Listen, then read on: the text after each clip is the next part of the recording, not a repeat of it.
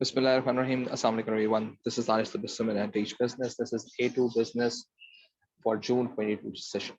ये तीन पार्ट्स का एक फाइनल पार्ट है जो मैं क्विक रिवाइजर्स के तौर पे बात कर रहा था। पहले मैंने आप लोगों के साथ जो basic parameters of case study है रीडिंग वो मैंने डिस्कस किया था। देन आई डिस्कस के क्वेश्चंस को कैसे अटेम्प्ट करना है उसके बारे में बात की थी। अब फाइनल चीज जो है this is your SA style questions.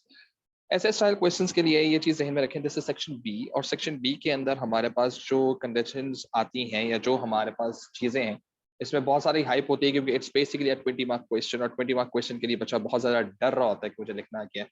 But I believe के इट्स प्रीटी सिंपल कि आपका जो आंसरिंग जो करने का तरीका है इसमें कोई इतनी ज्यादा डिफिकल्टी है नहीं unless and until you know the structure.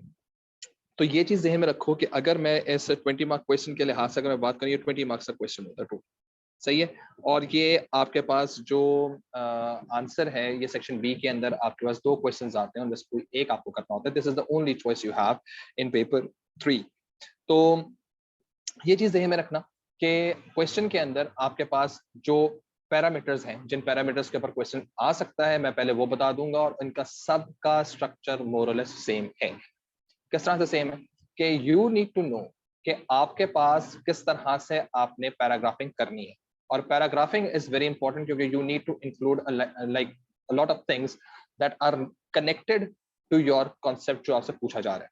The difference between 16 and 20 mark question या सेक्शन ए और सेक्शन बी क्वेश्चन का डिफरेंस जो है वो ये है कि सेक्शन ए के अंदर अगर आपसे कोई भी कॉन्सेप्ट पूछा जाता है you stick to that concept and you just try to elaborate that particular concept. whereas in section B जब आप एसएस की बात करते हो तो एसएस आर होलोइस्टिक इन नेचर, सो उनकी इंटर रिलेशन भी स्टार्ट होनी शुरू हो जाती है। वेयर एज के आपका जो क्वेश्चन है वो अगर किसी एक सर्टेन टॉपिक पर है तो आप उस सर्टेन टॉपिक के लिहाज से उसके कनेक्टेड टॉपिक से भी आप बात करना शुरू करते हैं। आई जस्ट शो कि किस तरह से बात करते हैं। अच्छा जी, अब हमारे पास सिंस ये जो एसए स्टाइल क्वेश्चंस हैं ये सिर्फ और सिर्फ यूनिट्स ओनली फ्रॉम यूनिट 6 आते हैं, ठीक है। दिस इज स्ट्रेटेजिक मैनेजमेंट, ठीक है। तो ये चीज प्लीज ध्यान में रखिएगा, ये सिर्फ और सिर्फ यूनिट 6 में से आते हैं। तो यूनिट 6 के अंदर हमारे पास सब चीजें क्या क्या हैं जिन जिन पे क्वेश्चंस बन सकते हैं, ठीक है। अब मैं पहले वो बात करता हूं और उनके लिहाज से एक मैं होलोइस्टिक आइडिया बता दूंगा कि किस तरह से आपने अपना आंसर करना है। अब ये चीज ध्यान में रखो कि आपके पास एक पहला ऐसे जो हमारे पास आ सकता है वो हमारे पास आ सकता है इंपॉर्टेंस ऑफ स्ट्रेटेजिक मैनेजमेंट,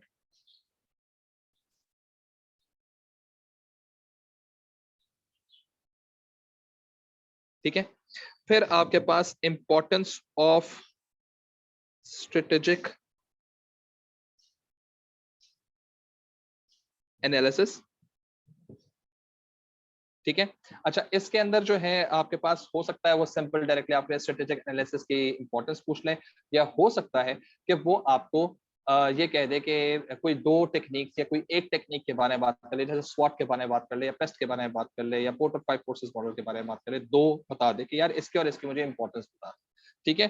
तो इसके अंदर हमारे पास जो आइडिया है रिमेन्स द सेम, कोई डिफरेंस नहीं है। जिस तरह से इंपॉर्टेंस ऑफ स्ट्रेटेजिक मैनेजमेंट को इस्तेमाल करना है, एनालिसिस को इस्तेमाल करना है, वैसे उसकी दो टेक्निक्स वाले को भी इस्तेमाल करना है, ठीक है। तो ये चीज इसमें इंक्लूडेड है। फिर हमारे पास आ जाता है इंपॉर्टेंस ऑफ स्ट्रेटेजिक चॉइस और डिसीजन मेकिंग,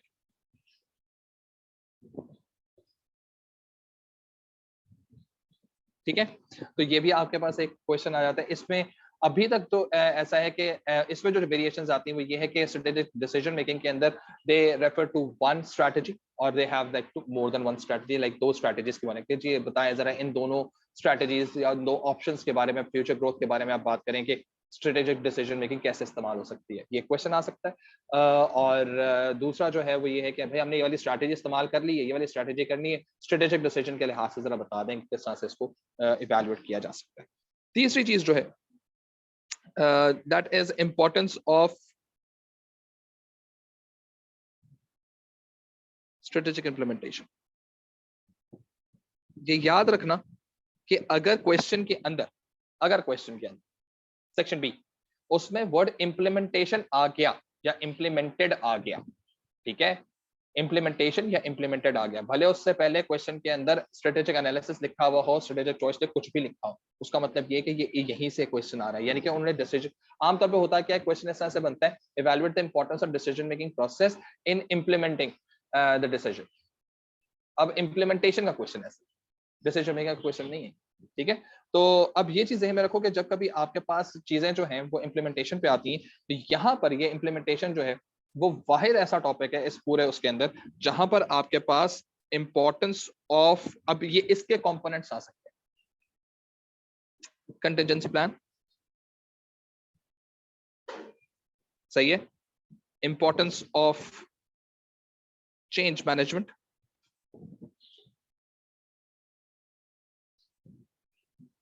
ठीक है, इंपॉर्टेंस ऑफ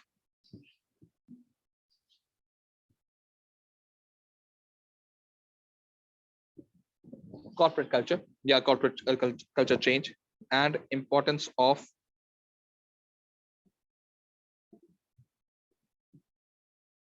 corporate plan, ठीक है। सो अगर मैं देखूं तो हमारे पास ये एक तरह का क्वेश्चन है, इधर से आपके पास ये जो है ये इनटू वन का क्वेश्चन है, इस तरह का एक क्वेश्चन आ सकता है। यहाँ पर इस दो तरह के क्वेश्चन आ सकते हैं, एक तो आपके पास क्वेश्चन है कि स्ट्रेटेजिक एनालिसिस की इंपॉर्टेंस लिखें, या कोई दो टेक्निक्स आपसे पूछ लेगा, उन दो टेक्निक्स के बारे में बात करें, ठीक है। ये जो आपके पास है यहाँ पर बेस से दो क्वेश्चन आ सकते हैं, या तो ये दो टेक्निक्स के बारे में पूछ लेगा कि भाई दो टेक्निक्स हैं, दो स्ट्रैटेजीज हैं, उनके बारे में बता दो किस तरह से काम करना है, या किसी एक टेक्निक के किसी एक स्ट्रैटेजी के बारे में बात करेगा। इंप्लीमेंटेशन में आपके पास एक ही तरह सा क्वेश्चन है, सही है, ये भी एक ही तरह का क्वेश्चन है, ये भी एक ही तरह का क्वेश्चन है, और ये भी एक ही तरह का क्वेश्चन है, और ये भी एक ही तरह का क्वेश्चन है। याद रखें कॉर्पोरेट प्लान को हम लॉन्ग टर्म प्लानिंग भी कहते हैं, याद रखिए,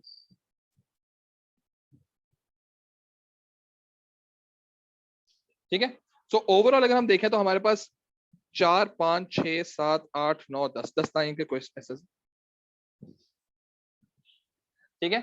और ये जहन में रखो कि इन 10 में से कोई दो तरीके तो आने।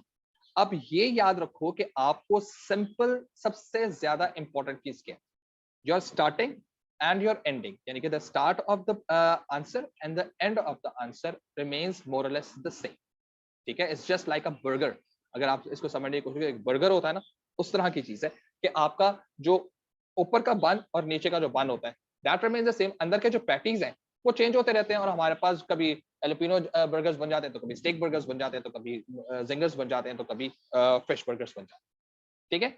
अंदर के सॉसेजेस वगैरह चेंज कर देंगे, बन ऊपर नीचे सेम होगा, इसका मतलब ऊपर नीचे का जो एलिमेंट है ना दैट रिमेन्स द सेम, ठीक। तो ये अपने ज़हन में जरा कॉन्सेप्ट क्लियर करना कि हमें ना एक तरह का बर्गर बनाना है। अब वो बर्गर जो है ना उसके बंस जो हैं, टॉप बन and the bottom one remains the same, अंदर का पैटी और इंग्रेडिएंट्स चेंज कर दूंगा, नया बर्गर बन जाएगा। देयरफॉर अब ये याद रखना कि जब आपके पास ये, अब मैं थोड़ी सी इसकी अंडरस्टैंडिंग डेवलप करने के लिए I just go to try to draw something so that you it makes little bit more sense. So ये चीज ध्यान में रखना कि आपके पास जब एसेस हम लोगों ने लिखने हैं, तो इन एसेस के अंदर हमारे पास एक स्टार्ट पॉइंट है, सही है, एंड वी हैव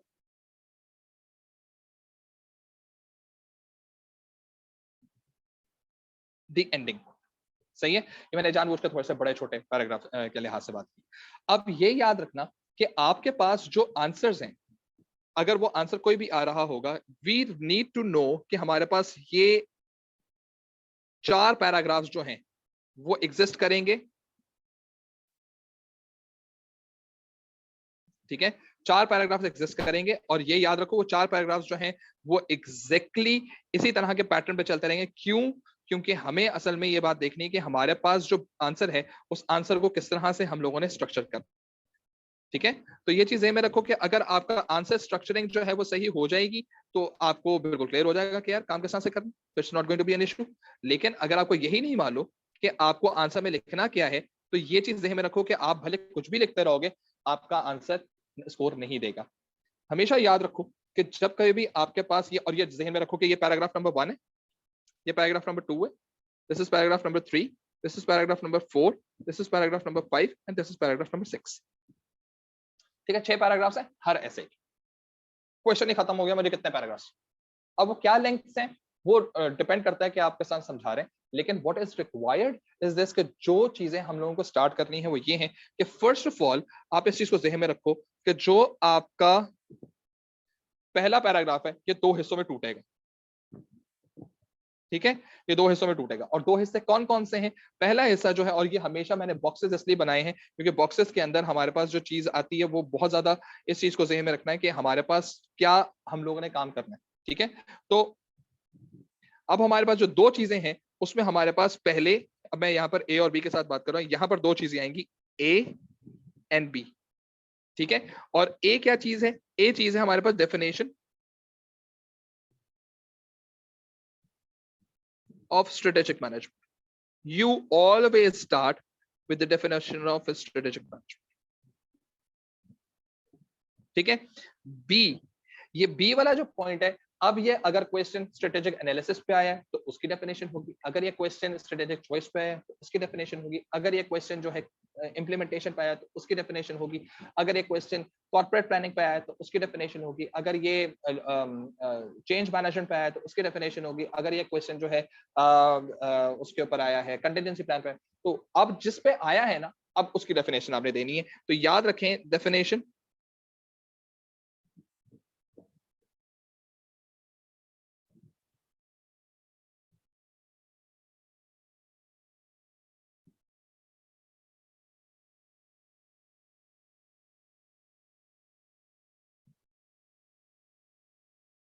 ठीक है, की फेज, ये फेजेस है हमारे पास, चॉइस डिसीजन मेकिंग या इम्प्लीमेंटेशन और एनालिसिस, ये हमारे फेजेस है, तीन फेजेस है, एनालिसिस पहले, फिर चॉइस या decision making and then implementation.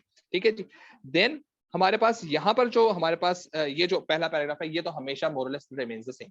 अब जो ये चार चीजें हैं ना, ये चार टेक्निक्स, इम्प्लीमेंटेशन की बात कर रहे हो तो चार बातें करनी है, चॉइस की बात कर रहे हो तो चार बातें करनी है, एनालिसिस की बात करते हो तो चार मॉडल्स के बारे में बात करनी है, फुल स्टॉप, कोई मसले की बात ही नहीं। और कैसे क्या बात करनी है वो अभी हम बता देते।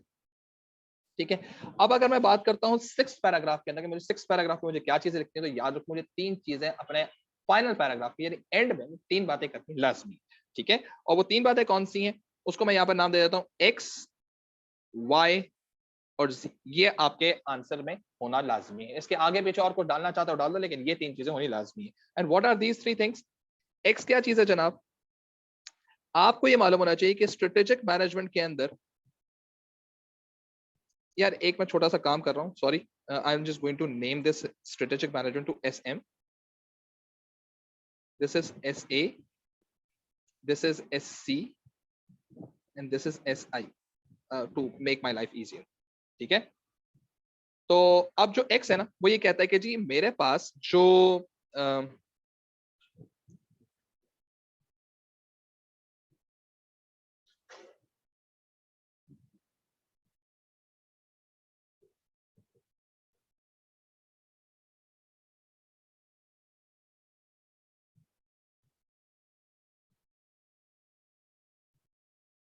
ये चीज, आपका इफेक्टिव प्रोसेस जो है वो बेस करता है effectiveness of SA, SC and SI।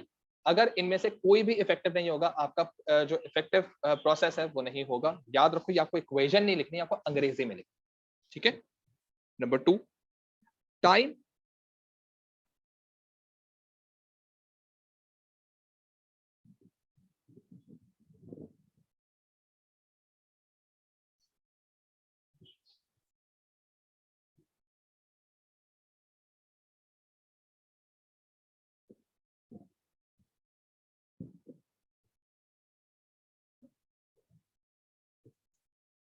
ठीक है।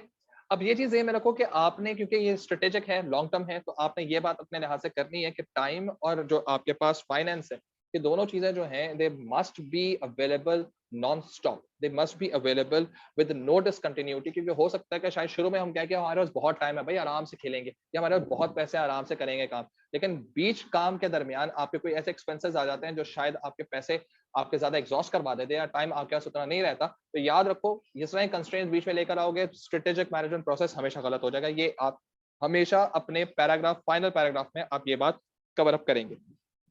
ठीक है, तीसरी चीज, जब कभी भी आपने अपने आंसर को एंड करना है, ठीक है, तीसरी चीज जो इसमें इंपॉर्टेंट है, दैट इज के why strategic management is important. ठीक है, यानी कि स्ट्रेटेजिक मैनेजमेंट क्यों इंपॉर्टेंट है? क्योंकि ये विजन को कवर अप करती है। सही है, तो importance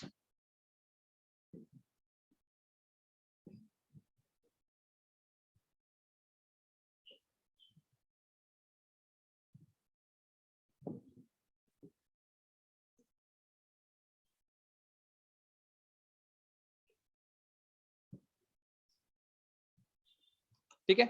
importance of mission and vision, क्योंकि ये बेसिकली बेसिस होते हैं for all the objective, for all the guidelines, for all the directions. तो मिशन और विजन की आपने इंपॉर्टेंस लिख के आपने आंसर को एंड कर दिया। अल्लाह खैर। ये 3 बातें हमेशा आएंगी, कुछ भी क्वेश्चन हो, यही ये जो मैंने 5 बातें लिखी हैं, A B X Y Z जो चीज 5 बातें लिखी हैं, पहला और आखिरी पैराग्राफ, ये paragraph always always always remains the same regardless of anything. ठीक है जी। तो अब ये चीज ध्यान में रखो कि अगर आपके पास कोई भी क्वेश्चन है, उन क्वेश्चन के लिहाज से अगर हम बात करते हैं कि यार हमें कैसे आंसर करना है, तो ये चीज ध्यान में रखो कि आपके पास एसए के अंदर, अब मैं जरा इस चीज को थोड़ा सा इलाबोरेट कर दूं कि ये जो मेरे पास how can I do it,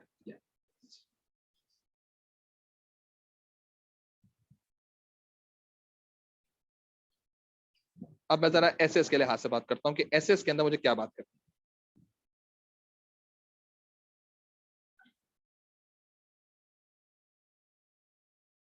ठीक है।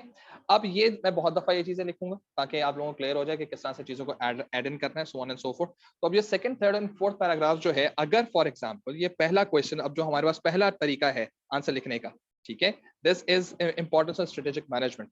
तो इंपॉर्टेंस ऑफ स्ट्रेटेजिक मैनेजमेंट के अंदर हमारे पास ये, अगर मैं पहले वाले ऐसे की बात कर रहा हूँ, ठीक है ना, ये पहले वाले ऐसे की मैं बात कर रहा हूँ, इसलिए मैंने वहां पे 1 लिखा हुआ। तो यहां पर हमारे पास सबसे पहले आएगा कि आपके पास ओवरऑल एसएम की इंपॉर्टेंस क्या है। तो ये वाला पैराग्राफ जो होगा, this is going to be your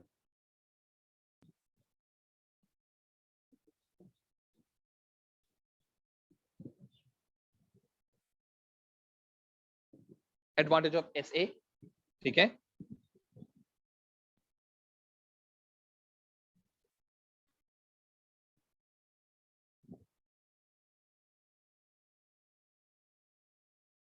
इसको ऐसे नहीं, इसको ऐसे, I'm just changing this, yeah, it's not working। अब यहां पर जो है मैं इसको इस तरह से लिख देता हूं, for example it's A B C in B. ठीक है।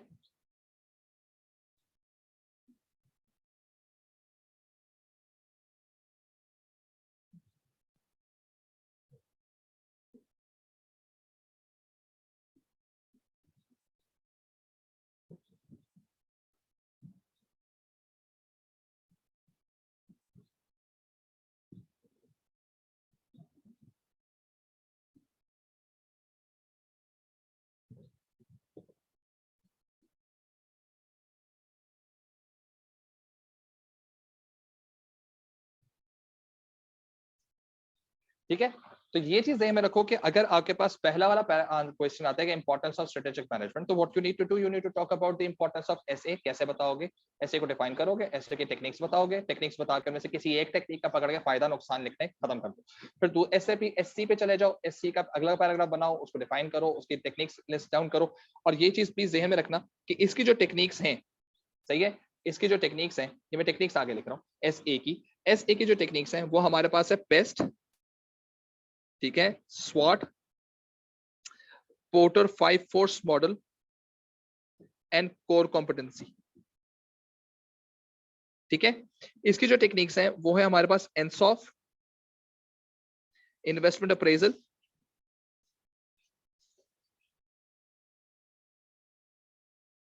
Decision tree analysis and force field model. ठीक है। इसके अंदर हमारे पास 4 चीजें, कंटिजेंसी प्लान, सही है, कंटिजेंसी प्लान, चेंज मैनेजमेंट, सही है, corporate culture and corporate plan. 4 चीजें, 4 पैराग्राफ है, 4 चीज। And you might get an idea कि अब मुझे करना है। याद रखो कि अगर ये क्वेश्चन आपके पास इन टर्म्स ऑफ, अब इसमें आपको यह याद रखो, मैंने जो ये चीजें आगे लिखी हैं, इसका मतलब ये नहीं है कि आपको सबकी इंपॉर्टेंस बतानी है, वो तो फिर आपका थीसिस बन गया ना, पूरा का पूरा किताब ही लिख दी आपने। आपने सिर्फ करना है कि एस ए की डेफिनेशन लिखनी है, एस ए के बाद आपने ये बताना है कि जी ये पोर्टर 5 फोर्सेस मॉडल या स्वॉट या पेस्ट या जो कोर कॉम्पिटेंसी है कोई भी, ये जो है इसकी टेक्निक्स है, सारी टेक्निक्स को लेस डाउन कर दो, और लेस डाउन करने के बाद इनमें से किसी एक टेक्निक का फायदा समझाओ, हाउ एवर इशू लिखो। अल्लाह खैर से। ठीक है। अगले पैराग्राफ पे आ जाओ। उसमें बताओ कि यार ये डिसीजन मेकिंग के अंदर ये डिसीजन मेकिंग ये होता है, उसकी ये टेक्निक्स हमारे पास हैं, इनमें से कोई भी एक टेक्निक आइडेंटिफाई करो, उसका फायदा हाउ एवर नुकसान लिखो और खत्म करो। आगे चलो चॉइस इम्प्लीमेंटेशन पे आ जाओ। इम्प्लीमेंटेशन के अंदर जो भी टेक्निक्स आपके सामने लिखेंगे, मेथड्स लिखेंगे, सब लिखो, उनमें से किसी एक को पकड़ो, उसका फायदा समझाओ, हाउ एवर इशू समझाओ। आगे आ जाओ, इंपॉर्टेंस ऑफ विजन मिशन लिखो, उसमें इशू लिखो, हाउ एवर करके उसका इशू लिखो। आ जाओ फिर आखिरी पैराग्राफ की तरफ चले जाना कि जी आखिरी पैराग्राफ है, ठीक है, वो जो मैंने एक्स वाई जेड के ऊपर बताया है वो आप लिखना शुरू करो। ये चीज, अब ये चीज ध्यान में रखो कि अगर यही क्वेश्चन जो है वो आपके पास इन टर्म्स ऑफ आ जाता है, दूसरा वाला जो हमारे पास टाइप है उसमें हमारे पास आ जाता है कि यार ये दूसरा क्वेश्चन, दूसरा टाइप का जो क्वेश्चन है कि जी हमारे पास दूसरा टाइप का क्वेश्चन क्या है, दूसरा टाइप का क्वेश्चन है if you just go back, importance of strategic analysis, फिर इंपॉर्टेंस ऑफ स्ट्रेटेजिक चॉइस या इंपॉर्टेंस ऑफ स्ट्रेटेजिक इंप्लीमेंटेशन। ये 2 3 4 5 के लिहाज से मैं बात कर रहा हूँ, सही है। तो ये चीज याद रखो कि ये वाला जो क्वेश्चन है इसको मैंने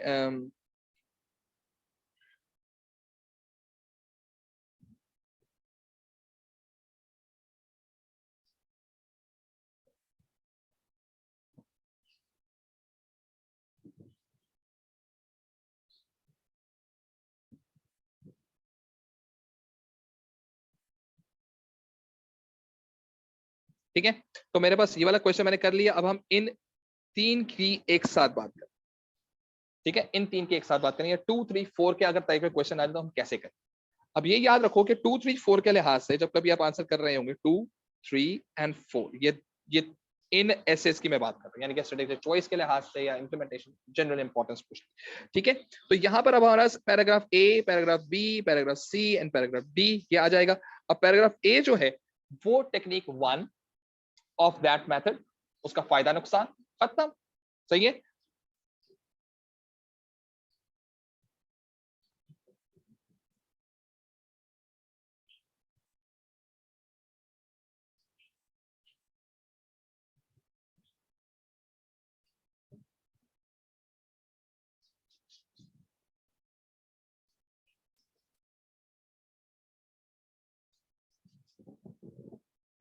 क्योंकि इंपॉर्टेंस पूछ रहा है ना, that's how you are going to do, ठीक है।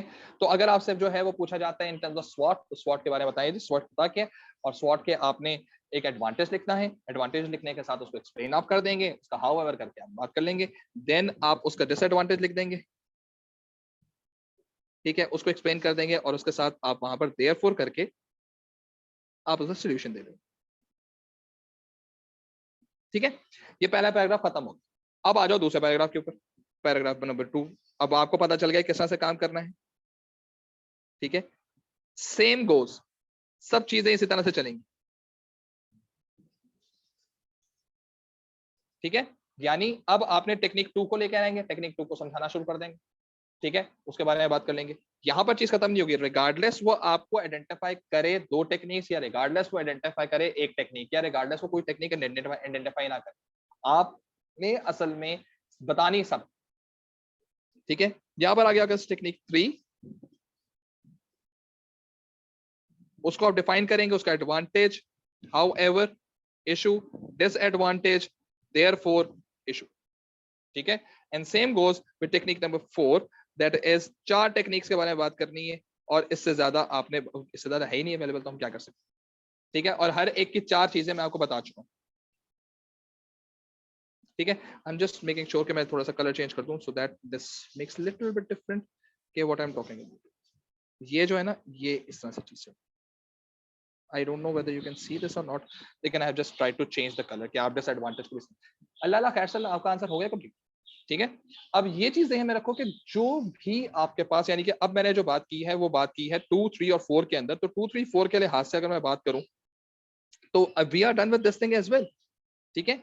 अब ये जो हमारे पास 4 मेथड्स हैं, ठीक है, यानी contingency plan, change management, corporate plan and change culture, याद रखो इन 4 का भी सेम पैटर्न है, यानी कि जिस टेक्निक के बारे में बात की है उसके बारे में लिखकर बाकी सबको लिंक कर देंगे, अल्लाह खैर सल्ला। यानी कि अब हमारे पास जो बेसिक डिफरेंस जो आ रहा है वो ये है कि अगर कोई टेक्निक आइडेंटिफाई हुई भी है, सही है, इम्प्लीमेंटेशन वाले के अंदर, जैसे कंटिजेंसी प्लान के ऊपर आ गया या चेंज मैनेजमेंट के ऊपर आ गया, कुछ भी आ गया, तो याद रखो कि आपने असल में उसकी टेक्निक के बारे में बात करनी है, उसके प्रोसेस के बारे में बात करनी है, उसके फायदे नुकसान के बारे में बात करनी है, और फिर बाकी टेक्निक्स के बारे में भी बात करनी है। ठीक है, तो अब हमारे पास तीसरा टाइप जो हमारे पास एसेस का जो है वो आ जाता है, एंड दैट इज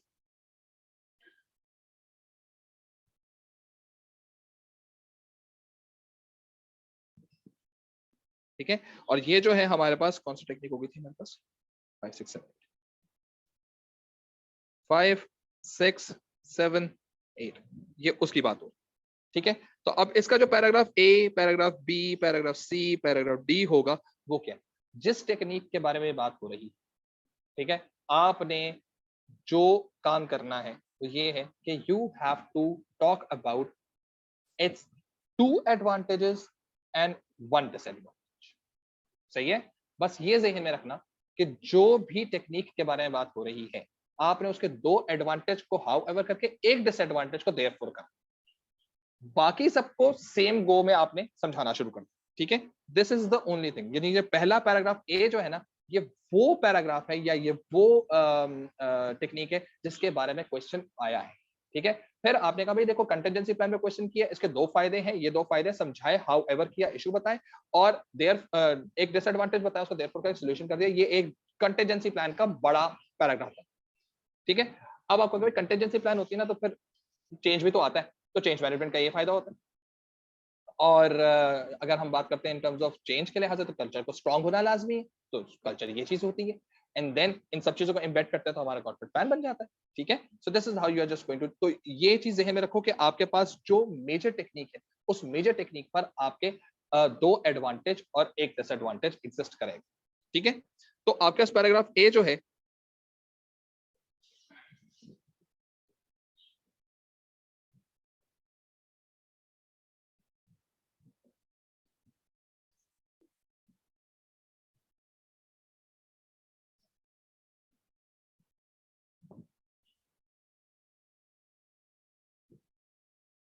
ठीक है, तो पैराग्राफ ए जो है ये उस की टेक्निक का है जो की टेक्निक आपके पेपर के अंदर आइडेंटिफाई की गई है। अब आपने करना क्या है कि इसके लिहाज से आपने उसको करना है डिफाइन। ठीक है, एडवांटेज 1 उसको एक्सप्लेन करना है। ठीक है, हाउ एवर करना है और इशू लिखना है। इसी पैराग्राफ के अंदर सेकंड एडवांटेज लिखना है, ये फर्स्ट एडवांटेज हो गया आपका। इसी तरह से आपने सेकंड एडवांटेज लिखना है, आपने उसको एक्सप्लेन करना है, आपने उसको हाउ एवर करना है, और आपने उसके साथ उसका इशू लिखना। फिर आपने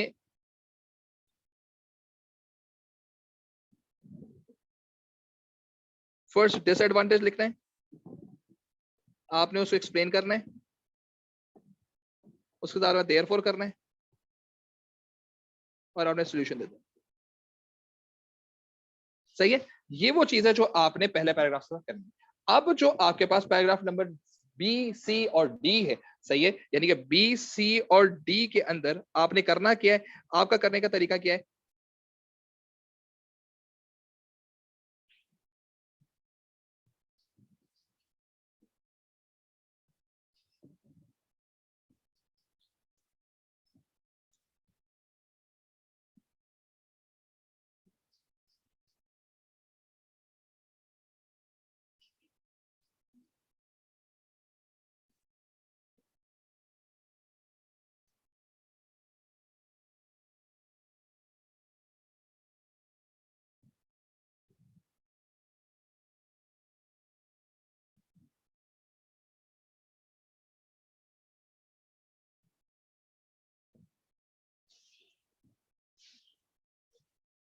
क्या, सही है। तो ये आपने काम करना है, यानी कि अगर आप सब चेंज मैनेजमेंट के बारे में बात की जाती है, तो चेंज मैनेजमेंट का पूरा प्रोसेस समझा दें कि प्रोसेस होता क्या है, कि इसमें 3 चीजें होती है भाई। पहले ओवरकम रेजिस्टेंस करते हैं, फिर टेक्निक्स इंप्लीमेंट होती है, फिर क्वार्टर्स की 8 स्टेप्स आ जाते हैं, और 8 स्टेप्स के लिहाज से इसका ये फायदा होता है, हाउएवर ये इशू आ सकते हैं। ठीक है, कॉर्पोरेट प्लान के बारे में बात कर लो और कल्चर के बारे में बात कर लो। सही है, अब ये चीज ध्यान में रखो कि जब हम बात करते हैं इन टर्म्स ऑफ पैराग्राफ के लिहाज से, अगर मैं 6 क्वेश्चन के लिहाज से बात करता हूँ, 6 क्वेश्चन, अब मैं हर एक के लिहाज से बात करनी शुरू करूँ। अगर फॉर एग्जाम्पल मेरे पास इसमें क्वेश्चन नंबर 5 आया, ये क्वेश्चन नंबर 5 आया, ये ठीक है। अब क्वेश्चन 5 का क्या क्वेश्चन क्या है कि इंपॉर्टेंस ऑफ कंटिजेंसी प्लान। अब इंपॉर्टेंस ऑफ कंटिजेंसी प्लान का मतलब ये है कि मैं यहां पहुंचा, सही है, अब मैं इस जगह पर हूं, ठीक है, क्वेश्चन 5 पर हूं। पहले मैंने क्या बात की है, किसकी डेफिनेशन में लिखूंगा, पहले मैं इस जगह पर हूं तो मैं डेफिनेशन किसकी लिखूंगा, कंटिजेंसी प्लान की, उसका एक फायदा लिखूंगा, एक्सप्लेन करके हाउएवर करूंगा, फिर सेकंड पैराग्राफ लिखूंगा, सेकंड एडवांटेज लिखूंगा, उसको एक्सप्लेन करूंगा, उसका हाउएवर लिखूंगा, कंटिजेंसी प्लान थोड़ा नहीं चल रहा है, एक डिसएडवांटेज कंटिजेंसी प्लान का लिखकर एक्सप्लेन करके देयरफॉर कर दूंगा, कंटिजेंसी प्लान निपटा दिया, ठीक है। अब आ जाऊंगा सेकंड पैराग्राफ के अंदर, क्योंकि मुझे मालूम है कि कंटिजेंसी प्लान के बाद चेंज मैनेजमेंट की बात की जा सकती है, तो व्हाट आई टॉक अबाउट कि चेंज मैनेजमेंट का प्रोसेस है क्या, उसका एक फायदा, हाउएवर इशू लिख। अगला पैराग्राफ आ गया, यानी पैराग्राफ बी खत्म, चेंज मैनेजमेंट के ऊपर इतनी बात कर ली, फिर आ गया इंपॉर्टेंस ऑफ कॉर्पोरेट कल्चर, क्या स्ट्रॉन्ग कल्चर कौन सा होता है, सारा समझा दिया, उसका हाउएवर कर दिया, इशू बता दिया, ये वाला पैराग्राफ भी खत्म हो गया, ठीक है।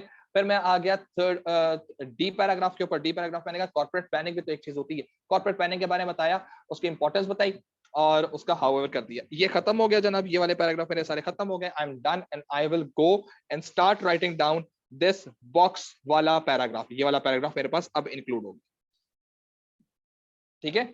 मैं अब आता हूं फॉर एग्जांपल चेंज मैनेजमेंट पे, ठीक है जी। अब चेंज मैनेजमेंट का क्वेश्चन आया हुआ, मैंने चेंज मैनेजमेंट क्वेश्चन करना है कैसे, I start with paragraph number 1, ठीक है, I will give the definition, ठीक है, एंड चेंज मैनेजमेंट की डेफिनेशन दे दी, क्योंकि मेरे पास अब ये चीज यहां पर नजर आ रही है पैराग्राफ नंबर बी, सही है। यानी सेकंड चीज जो है वो क्या है कि मैंने definition of the key phase, अब वो क्योंकि चेंज मैनेजमेंट की बात कर रहा है इसलिए मैं चेंज मैनेजमेंट डेफिनेशन दे दूंगा। अब आ जाऊंगा पैराग्राफ नंबर 2 के ऊपर।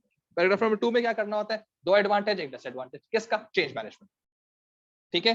फिर ये वाला पैराग्राफ किस चीज का बन जाएगा, कंटीजेंसी प्लान का। फिर ये वाला पैराग्राफ किस चीज का बन जाएगा, कल्चर का। और ये वाला पैराग्राफ किसका बन जाएगा, कॉर्पोरेट प्लान का। फिर ये वाला पैराग्राफ आ जाएगा, 6 वाला पैराग्राफ आ जाएगा, और इसके बारे में हमें मालूम है कि हमने क्या क्या चीजें इंक्लूड करनी, सही है। सेम गोज अगर मेरे पास ये और ये वाला क्वेश्चन हमारे पास आ गया चेंज कल्चर का फॉर एग्जाम्पल, तो what I am going to do, I am going to first define what strategic management is, then I'm going to define what corporate culture is। फिर ये वाला पैराग्राफ जो बनेगा, पैराग्राफ नंबर 2 जो है, ये वाला पैराग्राफ जो है, ये पैराग्राफ क्यों बनेगा, ये बेसिकली उसके दो एडवांटेज और एक डिसएडवांटेज के साथ बनेगा। फिर ये वाला पैराग्राफ क्यों बनेगा, ये पैराग्राफ बनेगा चेंज मैनेजमेंट का, सही है, या कॉर्पोरेट कल्चर का, या कंटीजेंसी प्लान का, व्हाटएवर। सो ये वाला पैराग्राफ किसका बनेगा, रिमेनिंग टेक्निक, एंड ये वाला पैराग्राफ कैसे बनेगा, रिमेनिंग टेक्निक। फिर मैं चले जाऊंगा पैराग्राफ नंबर 6 की तरफ, ठीक है। तो this is how you can just ensure कि this is kind of a flexible criteria जिसके थ्रू आप काम करना शुरू कर सकते हैं। फिर मैं आ जाता हूं in terms of last question जो हमारे पास है कॉर्पोरेट प्लान और लॉन्ग टर्म प्लानिंग के लिहाज से। तो what I do, I first try to एक सेकंड, क्या हो गया, एक्सट्रीमली सॉरी, ठीक है। First of all what I do, मैंने यहाँ पर जो है सबसे पहले स्ट्रेटेजिक मैनेजमेंट को डिफाइन किया, क्योंकि क्वेश्चन जो है अब वो कॉर्पोरेट प्लान के ऊपर है, ठीक है। तो मैंने डिफाइन अब किसको कर दिया, कॉर्पोरेट प्लान के ऊपर। तो ये वाला पैराग्राफ किस चीज से बनेगा, दो फायदे और एक नुकसान ऑफ कॉर्पोरेट प्लान, ठीक है। फिर ये वाला पैराग्राफ किस चीज से बनेगा, कंटीजेंसी प्लान के ऊपर। फिर ये वाला पैराग्राफ किसके ऊपर बनेगा, चेंज मैनेजमेंट के ऊपर। फिर ये पैराग्राफ किसके बनेगा, कल्चर के ऊपर। फिर मैं 6 पैराग्राफ की तरफ आ जाऊंगा और 6 पैराग्राफ मैंने बात, सही है। So this is how your all essays are going to be discussed, ठीक है। और ये चीज प्लीज ध्यान में रखो कि आंसर्स करने के अंदर जब कभी भी आप बात कर रहे होते हैं तो आपके पास जो डेटा अवेलेबल होता है उस डेटा अवेलेबिलिटी के लिहाज से आप बड़े आराम और सुकून से अपने आंसर के अंदर एप्लीकेशन को इंक्लूड कर सकते हैं। Do not forget to use that appendix, जो भी कोई आपको अपेंडिक्स रेफरेंस के अंदर दिया जाए कि टेबल 1 के अंदर आपसे, या टेबल अपेंडिक्स 3 है, अपेंडिक्स 4 है, उसके थ्रू आप इस्तेमाल करें। यूज दैट डेटा, जिस टेक्निक के बारे में डेटा गिवन है ना, उस टेक्निक का वो डेटा उठाओ, उसको इस्तेमाल करके उसको इंटरप्रेट करो, ठीक है। तो ये चीजें हमारे पास नजर आती हैं। So this is basically what we have in essays all together, ठीक है। और अगर ये टेक्निक अगर आप इस्तेमाल करते हैं, so it's going to be an easier one, making your essays little bit easier. और अगर आप इस तरह से कर लेते हैं तो it's going to be pretty easy. तो ये आप समझ लो कि 3 तरह की कंडीशंस हैं, एक स्ट्रेटेजिक मैनेजमेंट की है, एक आपके पास चॉइस, इंप्लीमेंटेशन और एनालिसिस की है, एक आपके पास इंप्लीमेंटेशन के अंदर जो 4 एलिमेंट्स होते हैं। So this is it for today, thank you very much, best of luck for your examination, may Allah bless you all with great success, and do remember in your prayers. Thank you very much. Assalamu alaikum warahmatullah.